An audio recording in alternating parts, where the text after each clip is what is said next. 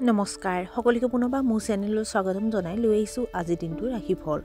আজি হৈছে ২৬ জানুৱাৰী ২০২৫ অসমীয়া ১২ মাহ দেওবাৰ।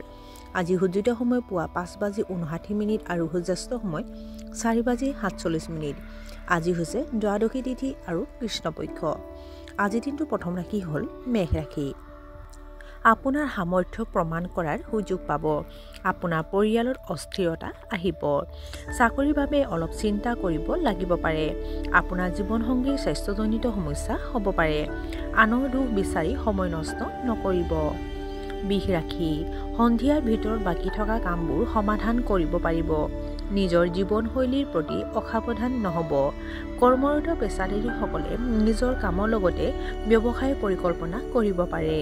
পৰিয়ালৰ সদস্যৰ পৰামৰ্শৰ মতে কাম কৰিলে আপোনাৰ বাবে উপকাৰী হ'ব। গুৰুত্বপূৰ্ণ কামবোৰত পলম নকৰিব। মিথুন ৰাশি। যদি আপুনি চাকৰি সলনি কৰাৰ পৰিকল্পনা কৰিছে তেন্তে আপুনি সফল হ'ব পাৰে। দিনটোৰ প্ৰাৰম্ভিক অংশটো মানসিক চাপৰ সৃষ্টি হ'ব, কিন্তু দুপৰীয়াৰ পিছত আপোনাৰ বাকী থকা কামবোৰ সম্পূৰ্ণ হ'ব। কিছুমান মানুহে আপোনাৰ ভাল কাম আৰু অৱদানক আওকাণ কৰিব পাৰে, কিন্তু এই সকলোবোৰৰ পৰা অপ্ৰভাৱিত হৈ থাকিব লাগিব। কৰ্কট ৰাশি। আপোনাৰ বৈবাহিক সম্পৰ্কত স্বচ্ছতা বজাই ৰাখক। ছাত্ৰ-ছাত্ৰীসকলে পৰীক্ষাৰ বাবে মানসিক চাপ অনুভৱ কৰিব পাৰে। বহিৰাজ্য ভ্ৰমণৰ সময়ত সমস্যাৰ সন্মুখীন হ'ব। আনৰ স্বাৰ্থত প্ৰভাৱ পৰা কাম নকৰিব। মতবিৰোধৰ বাবে আপোনাৰ প্ৰেমিক সংগীৰ লগত মতানৈক্য হ'ব পাৰে।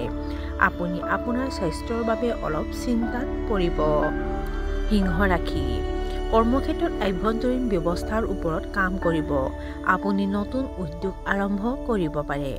আপোনাৰ বৈবাহিক সম্পৰ্ক সুখকৰ হ'ব।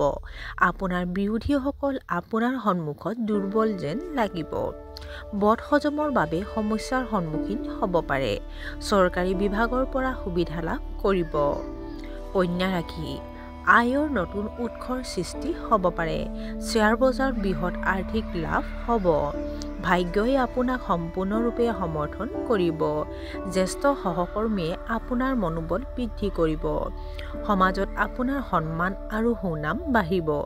আপোনাৰ ব্যৱসায়িক যোগাযোগ বৃদ্ধি পাব। তুলা ৰাশি। আইনী বিষয়ত আপুনি সফলতা লাভ কৰিব। বিপণন সম্পৰ্কীয় কাম লাভজনক হ'ব।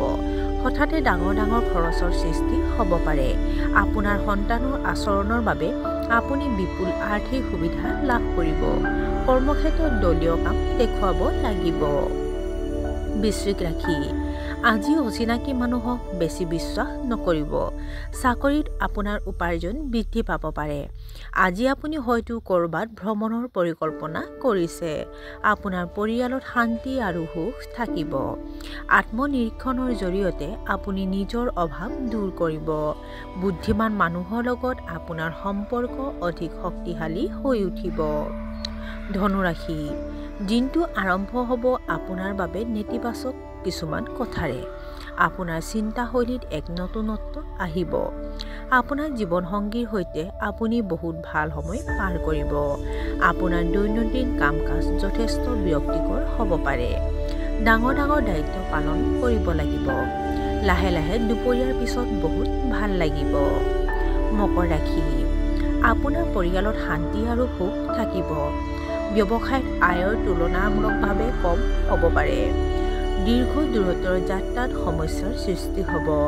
শিশুৰ ওপৰত নিজৰ উচ্চাকাংক্ষা জাপি নিদিব। আপুনি আপোনাৰ প্ৰেমৰ সংগীক প্ৰেমৰ প্ৰস্তাৱ দিব পাৰে। কুম্ভ ৰাশি। আপুনি হয়তো আজি নতুন কাম এটা আৰম্ভ কৰিব। ৰাজনীতিৰ লগত জড়িতসকলে উচ্চ পদবী লাভ কৰিব। কামৰ বাবে যাত্ৰা কৰিব লাগিব। এচিডিটিয়ে আপোনাক অসুবিধা দিব পাৰে। আপুনি হয়তো আপোনাৰ আত্মীয়ক লগ পাব পাৰে। আপোনাৰ ব্যক্তিগত জীৱনৰ সমস্যা সমাধান হ'ব। আৰু আজি দিনটোৰ শেষৰ ৰাশিটো হ'ল মীন ৰাশি। ব্যৱসায়ীসকলৰ বাবে দিনটো অতি শুভ। পুৰণি ঋণ পৰিশোধ কৰাত আপুনি সফল হ'ব। আপোনাৰ জীৱনসংগীৰ সৈতে আপুনি বহুত ভাল সময় পাৰ কৰিব। ৰিয়েল ইষ্টেটৰ চুক্তিৰ দ্বাৰা আপুনি লাভৱান হ'ব। আপোনাৰ প্ৰেমৰ সম্পৰ্কক লৈ আপুনি অলপ আৱেগিক হৈ পৰিব। আজি আপোনাৰ সকলো কাম সময়মতে সম্পূৰ্ণ হ'ব। আৰু আজিৰ দিনটো ৰাশিফল ইমানতে অন্ত পৰিছে। আশা কৰোঁ আপোনালোক প্ৰত্যেকৰে আজিৰ দিনটো সুন্দৰ হওক। ধন্যবাদ।